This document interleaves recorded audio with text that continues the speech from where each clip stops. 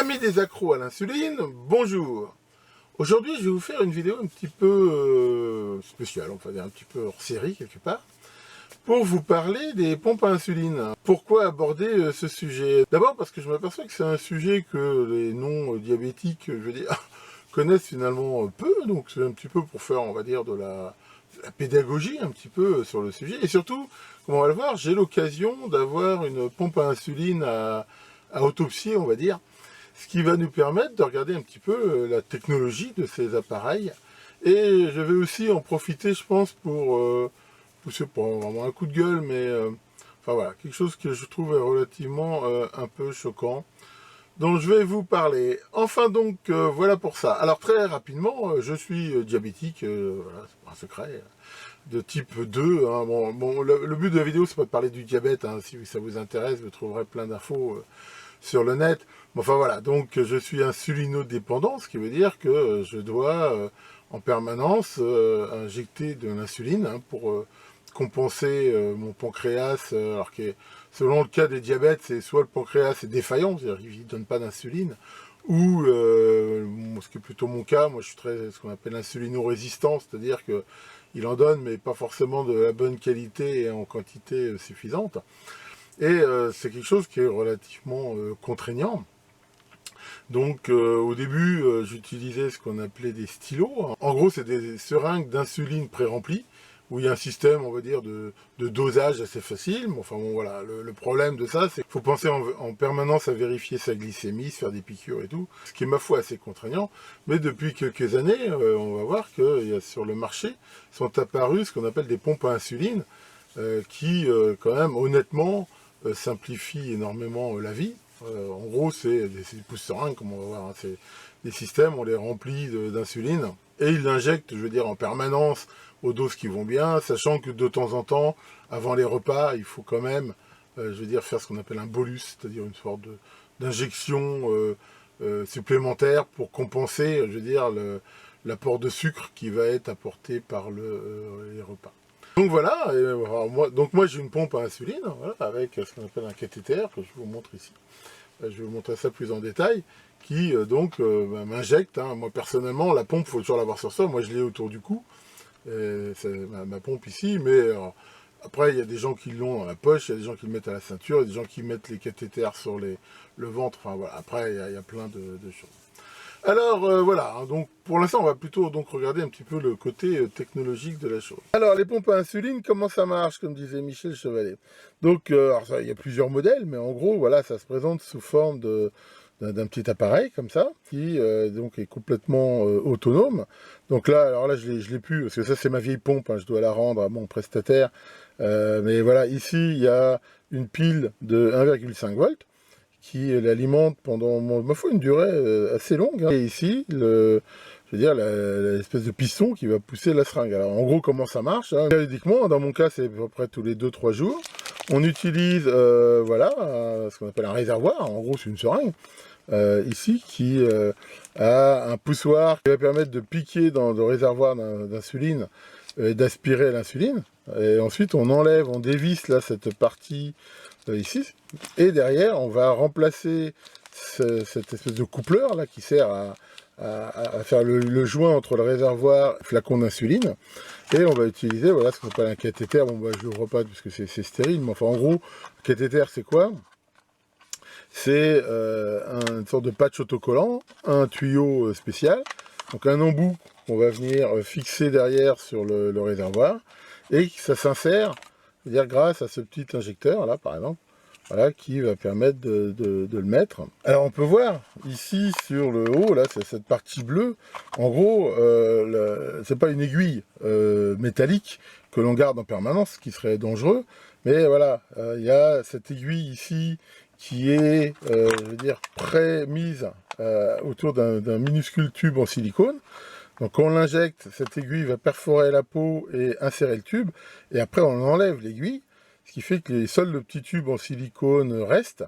Et d'ailleurs, c'est même assez astucieux. Voilà, après, voilà, l'aiguille, on la plie comme ça, de façon à ce qu'elle ne puisse pas blesser qui que ce soit.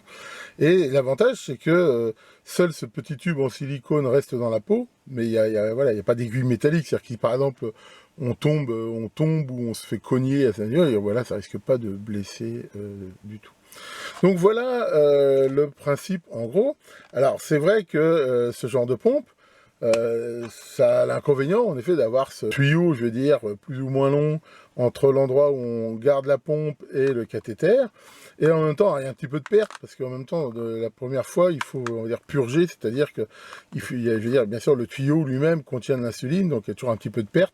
D'abord, il faut remplir le tuyau, et ensuite, bah voilà, l'insuline qui est dans le tuyau, elle restera toujours dans le tuyau, donc il y a toujours quelques unités de perte. Enfin voilà, alors qu'on a l'habitude, ce changement se fait, je veux dire, assez rapidement, hein, je veux dire, c'est pas très très contraignant. Alors peut-être qu'il y a des gens qui le font faire par une infirmière quand ils savent pas, mais enfin la majorité des diabétiques, je pense, une fois qu'ils ont appris à le faire, ils le font eux-mêmes, hein. Moi c'est largement mon cas. Donc en fait la contrainte, c'est pas tellement de la remplir de temps en temps, c'est plutôt le moment où ça arrive. C'est-à-dire que quand on arrive près de la limite, la pompe sonne pour dire qu'elle est vide, alors selon les cas, ça peut arriver voilà, en pleine nuit, et c'est ça je trouve le plus désagréable, c'est que des fois, voilà, c'est un petit peu comme l'encre vide dans les imprimantes, c'est toujours au mauvais moment que ça tombe. Après, on peut anticiper, mais ça fait un peu de gâchis. C'est-à-dire que si avant de me coucher, je dis tiens, bah, je sais qu'elle va être vide à 3 h du matin, bah, je peux éventuellement la pré-remplir en perdant. Il est hors de question de récupérer l'insuline qui reste. Donc voilà. Bon, après, chacun gère ça un petit peu comme il veut. Donc voilà pour ce genre de pompe. Alors je suis très admiratif des gars qui ont conçu cette pompe, parce qu'il faut reconnaître que pour quelque chose qui est alimenté avec une pile de 25 volts, ça a une très très bonne autonomie. Donc ça fait bien sûr la fonction de pouce-seringue, mais enfin voilà, il y a un écran couleur dessus, c'est relié par Bluetooth à éventuellement un capteur de glycémie, éventuellement un PC pour pouvoir récupérer les données sur internet et ainsi de suite. Et c'est assez robuste et ma foi assez fiable. Cette pompe-là, je l'ai eue pendant plusieurs années avant qu'il me la change, parce que là, bon, elle était fêlée, et puis en même temps, il les change parce qu'il y a apparemment des fois un petit défaut au niveau ici du raccord. Mais je suis assez... enfin voilà, les gars qui ont fait ça, ils sont, ma foi, assez forts. Alors, j'aurais bien aimé l'ouvrir, mais voilà, là, j'ai pas le droit, il faut que je la rende à mon prestataire de santé. Par contre, j'ai pu me procurer ce qu'on appelle une pompe patch, qu'on appelle Omnipod, hein, qui est faite par une boîte qui s'appelle Insulet.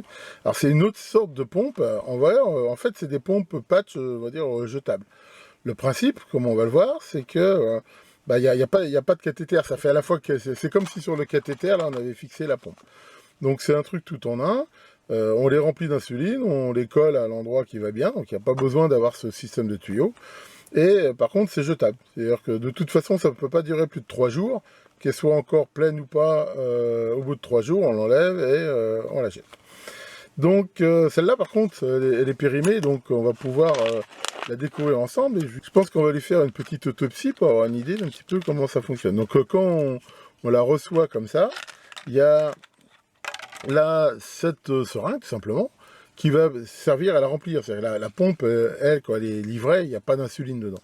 Donc grâce là à cette seringue, on va pouvoir aspirer de l'insuline qui est vendue dans des petits flacons et venir, voilà, ici on le voit dans le petit trou, alors je sais plus si c'est là ou là, enfin moi je les utilise pas ces pompes, mais je vous mettrai en lien une vidéo qui montre, il y a une personne qui montre très bien comment ça fonctionne pour ceux que ça intéresse. Enfin, en gros, on va venir remplir la pompe, donc elle a son propre réservoir, et ensuite bah, ça va venir se coller, c'est-à-dire qu'on enlève ici, et on va le faire, d'après ce que j'ai compris, cette goupille là, voilà, et derrière on va venir coller, voilà, on enlève là cette partie là autocollante, voilà, truc.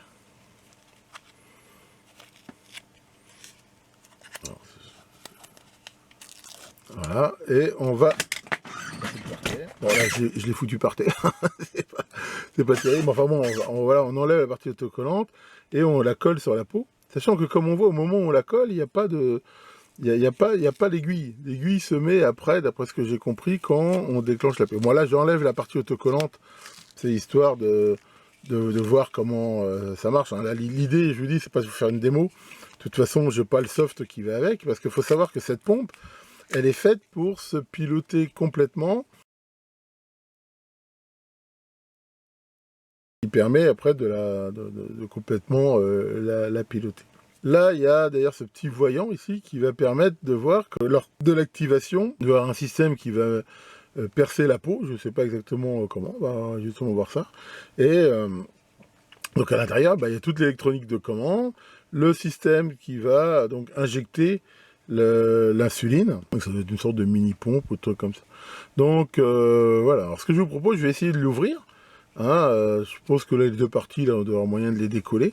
Puis on va regarder un petit peu comment c'est fait à l'intérieur. Donc voilà, j'ai réussi à enlever le bas là qui était transparent. Alors c'est a priori collé, je pense, soit par ultrason, soit par une colle. Alors, on voit ici la pointe là, de l'aiguille du cathéter qui, comme on peut le voir là, est basculée. Donc il doit y avoir un mécanisme qui, lors de l'activation de la pompe que l'on fait à distance, va donc insérer cette aiguille dans la peau, sachant que, comme on l'a vu, il y avait une petite fenêtre transparente qui permet justement de vérifier que ça ne saigne pas, que ça se passe bien. Sinon, là déjà, on peut voir donc ici le circuit imprimé, et là, la partie donc réservoir qui va contenir l'insuline. Alors, on va voir si on peut, je pense, enlever le capot là, qui nous permettra de mieux voir. Voilà, j'ai réussi à enlever le capot. Alors, qu'est-ce qu'on peut voir? On peut bien sûr voir qu'il y a une source d'énergie qui est là, en fait, faite par ces trois piles. Donc, on voit ici ces trois piles. Ça ressemble à de la LR44, comme ça. Donc, qui vont donner, je veux dire, l'énergie suffisante au système.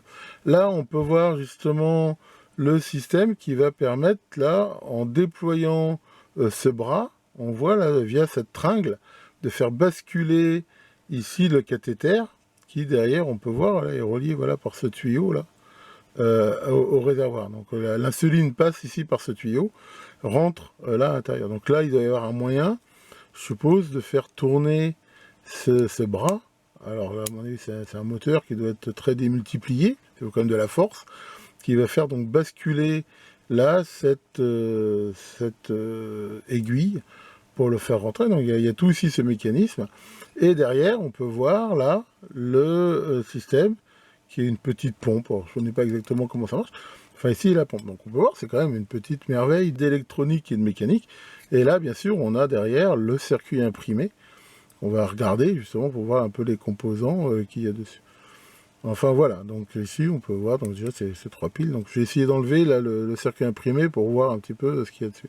Voilà, j'ai réussi à sortir le PCB, alors il n'y a pas grand chose dessus, il y a en fait un unique microcontrôleur de type SC9508, à l'intérieur c'est un 8 bits, apparemment c'est la même architecture logicielle que les tout premiers 6800, mais bon voilà, avec un microcontrôleur.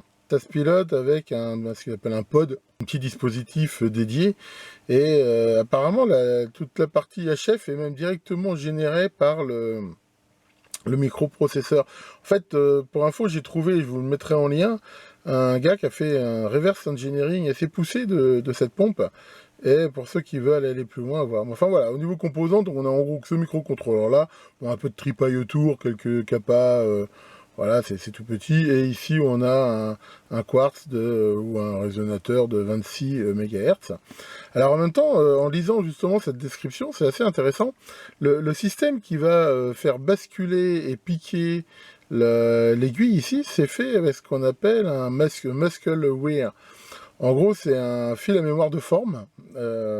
J'avais prévu un jour de vous faire une vidéo là-dessus. En gros, c'est des fils où, quand on les chauffe, ils changent de forme, en gros. C'est-à-dire que ça... Moi, j'avais déjà utilisé ces trucs-là. On peut, par exemple, faire des actionneurs comme ça. Alors, là l'idée, c'est que on fait passer du courant dans ce fil qui va donc changer de forme et avec voilà, une démultiplication, ma foi, assez importante, comme on peut le voir là, va faire ici la piqûre. Enfin, c'est quand même assez bien fait. Enfin bon, d'un point de vue purement technologique, c'est quand même un petit bijou. Puis là, après, on a là le système de pompe. Voilà, donc je vous renvoie sur ce PDF, si vous voulez aller plus en détail. Là, c'est pas la peine forcément d'aller plus loin. Mais voilà, donc on peut voir qu'une fois qu'on démonte cette pompe, on a pour chaque pompe, donc ce PCB ici, microcontrôleur, ces trois piles qui sont des piles de CDR44 tout à fait standard. Et puis voilà, un petit peu de boue, puis ce truc ici en plastique. Voilà donc pour la dissection, on va dire, de cette petite pompe patch. Alors, ce qu'il faut voir quand même, c'est que ce soit cette pompe patch ou les autres, on peut voir quand même que c'est quand même des petits bijoux technologiques. Honnêtement, je suis très partagé sur ces pompes patch. Pas du tout d'un point de vue technologique, on se trouve ça fonctionne très bien, c'est quand même. Mais vraiment, ce qui me choque relativement avec ce système de pompe, c'est le coût écologique. Comme j'ai dit, cette pompe-là, au maximum, de toute façon, on ne peut pas l'utiliser plus de 3 jours. Elle s'auto-arrête, qu'elle soit vide ou pas, au bout de 3 jours. Ça veut dire qu'un qui utilise cette pompe pendant 1 an, il va utiliser 121 pompes. Ce qui, ma foi, est quand même assez important. Or, c'est jetable. C'est-à-dire qu'une fois que la pompe, on l'enlève. Alors, ils disent que c'est recyclable, mais enfin bon, je vais en parler tout à l'heure, ce recyclage, à mon avis, il y a beaucoup de greenwashing dedans. Enfin voilà, on jette tout, les piles, elles sont peut-être encore bonnes, on les dégage, l'électronique, tout ça, voilà, ça, je veux dire, globalement, ça part à la gel, quoi. Et ça, je trouve que c'est assez gênant. Alors, faut pas oublier que, indépendamment du côté perte à la poubelle, il faut bien voir que sur tout ce qu'on fabrique, il y a ce qu'on appelle le sac à dos écologique. C'est-à-dire que pour une puce électronique, on considère qu'en moyenne, le sac à dos écologique est de l'ordre de 50 kg. Alors, ça veut dire quoi? Ça veut dire que pour faire une petite puce, c'est-à-dire ce petit microcontrôleur que vous avez vu, il a fallu utiliser 50 kg de différents matériaux. C'est-à-dire 50 kg. Alors là-dedans, il y a le silicium qu'on a utilisé, il y a l'eau, il y a énormément, ça consomme énormément d'eau, les semi-conducteurs, parce qu'il y a plein de cycles de lavage, de trucs comme ça. Et voilà, enfin, faut bien voir que toute la chaîne, pour faire ça, on va faire une puce, très rapidement, voilà, on va prendre des tas de minerais, on va les affiner à la fin pour avoir un bloc de silicium, là, pur à 99,9%. Derrière ça, on va le couper, on va lui faire plein de traitements, de dopage, de machin et tout. Ben voilà, et à chaque fois, c'est des cycles où il y a du lavage, voilà, ça consomme beaucoup d'énergie, ça consomme beaucoup de matières premières. Et il n'y a pas que ça, c'est-à-dire derrière, là, on voit qu'il y a le fil, il y a les piles et tout. Comme ça, et à mon avis, je suis en dessous de la vérité, si on calcule que le sac écologique de cette pompe, il est de 80 kg, c'est-à-dire que, en gros, il a fallu utiliser 80 kg de différents matériaux, et honnêtement, je pense que je suis en dessous de la vérité, eh ben, on arrive, pour 1 an d'utilisation, à 9 tonnes 7. 9 tonnes 7, je veux dire, de matériaux et tout, foutus en l'air, pour juste une utilisation d'1 an. Il y a 1000 ou plus personnes qui utilisent ce genre de pompe, enfin, on voit qu'il y a un gâchis phénoménal écologique. Donc, alors, je comprends que ce genre de pompe, c'est un confort, à mesure que on la remplit, paf, on la colle, allez, roule ma poule, c'est bon. Quand même, je veux dire, une pompe comme ça, on ne change que le cathéter. Moi, ma pompe, comme je dis, je l'ai vue pendant plusieurs années. Ça veut dire qu'elle a aussi un sac à dos écologique assez important, voire peut-être même un peu plus important. Mais d'un autre côté, voilà, je change les piles de temps en temps. Je dis pas que c'est parfait, mais je veux dire, c'est quand même pas comparable par rapport à ça. Or, je trouve quand même que là, c'est quand même très cher payé, le gâchis pour juste le confort de pas avoir ce petit câble. Alors, on est tous là à nous bassiner avec l'écologie, machin. Voilà, moi, quand même, je trouve que c'est quand même un peu limite. C'est pareil, hein, moi j'utilise aussi, là, je peux vous montrer, ces capteurs, qui sont aussi vachement pratiques pour la glycémie. D'ailleurs, Deux Sexy Lithium a fait une vidéo où il montrait aussi comment étaient faits ces petits capteurs. Ça s'appelle Freestyle, qui sont vraiment, qui changent aussi la vie des diabétiques. Donc, je crache pas dans la soupe. Mais bon, ces capteurs-là, c'est pareil. Je veux dire, une fois qu'ils sont terminés, on les fout en l'air, mais on les change que tous les 14 jours. Bon, c'est pas parfait, mais c'est quand même mieux et il y a un peu moins. Mais enfin voilà, dans tous ces trucs-là, de toute façon, il y a énormément, je veux dire, de gâchis. Alors derrière, ils font un peu ce qu'on appelle du greenwashing. Pour moi, c'est qu'on te dit ah oui, non mais attendez, vous pouvez les renvoyer, c'est recyclé et tout. Quel va être le recyclage de ça? Le recyclage, c'est pas les gars, ils vont pas s'amuser à les démonter pour récupérer les pièces, les composants. Le recyclage de ce genre de trucs, ça consiste généralement à les broyer plus ou moins, et souvent on chauffe tout le PCB à très haute température, et on espère, voilà, sur la masse qu'il y en a, on va récupérer un peu d'or, un peu de différents métaux et tout. C'est ça que, c'est ça qui me gêne un petit peu en ce moment. Il y a ce qu'on appelle ce greenwashing. Je rappelle que greenwashing, qu'on pourrait traduire par lavage vert, consiste à dire que voilà, on se donne un peu bonne conscience en disant ah bah c'est bon pour l'écologie, c'est bon pour la planète. On voit ça partout maintenant. Je veux dire, vous achetez un paquet de gâteaux. Ah oui, mais ce paquet de gâteaux, quand vous l'achetez, on va planter un arbre. Un machin. Alors je dis pas que c'est pas bien, parce que c'est, je veux dire, c'est l'avantage de faire quelque chose. Mais dans bien des cas, je trouve qu'on se fout un petit peu de la gueule du monde, où il faut regarder un petit peu et dans ce qu'on appelle le recyclage. En fait, le recyclage, déjà, il coûte quand même beaucoup d'énergie.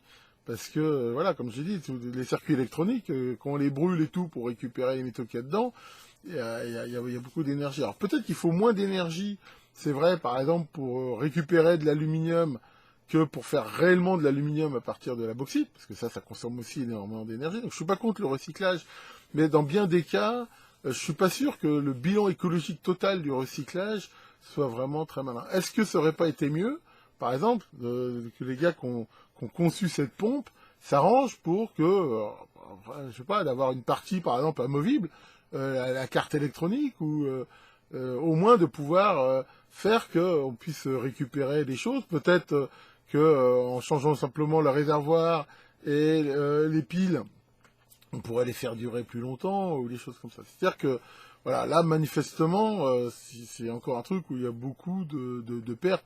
Hein, c'est pareil, de Sexilicium, il vous avait montré aussi, là, que les tests de grossesse, il a fait une très bonne vidéo où il montrait que finalement, le truc électronique faisait pas mieux que ce qu'on peut faire visuellement pour voir s'il y a une barre bleue ou deux, quoi. Honnêtement, c'est cher payé et c'est un énorme gâchis. Donc, voilà. Là-dessus, honnêtement, je veux bien comprendre l'intérêt, le petit confort en plus que peut apporter ces pompes patch, mais je suis pas du tout convaincu que le coût que ça coûte vaille le coup. Mais enfin bon, apparemment elles sont remboursées par la Sécu. Je suis pas persuadé que c'était une bonne idée de rembourser ça. Mais enfin bon, après ce n'est que mon opinion. Après, bien sûr, personne choisit d'être diabétique. Je rappelle que c'est une maladie qui est moitié génétique et moitié comportementale, dans le sens où, enfin, les diabétiques de type 1, c'est des gens qui sont diabétiques, je veux dire, ça se détecte relativement tôt et indépendamment de leur comportement. Les diabétiques de type 2, comme moi, c'est des gens qui ont une prédisposition, on va dire, au diabète. Mais le diabète, souvent, va se déclarer d'autant plus tôt qu'on n'a pas une bonne hygiène alimentaire, ou c'est plutôt mon cas. Et alors, malheureusement, pour l'instant, le diabète, ça se soigne pas. C'est une maladie, enfin, on la compare souvent à un escalier, c'est-à-dire que, en fait, c'est des marches. Donc, avec le temps, on monte les marches. L'idée, c'est de les monter le moins vite possible. C'est-à-dire que, plus on fait attention, on se soigne, plus on va rester longtemps sur une marche.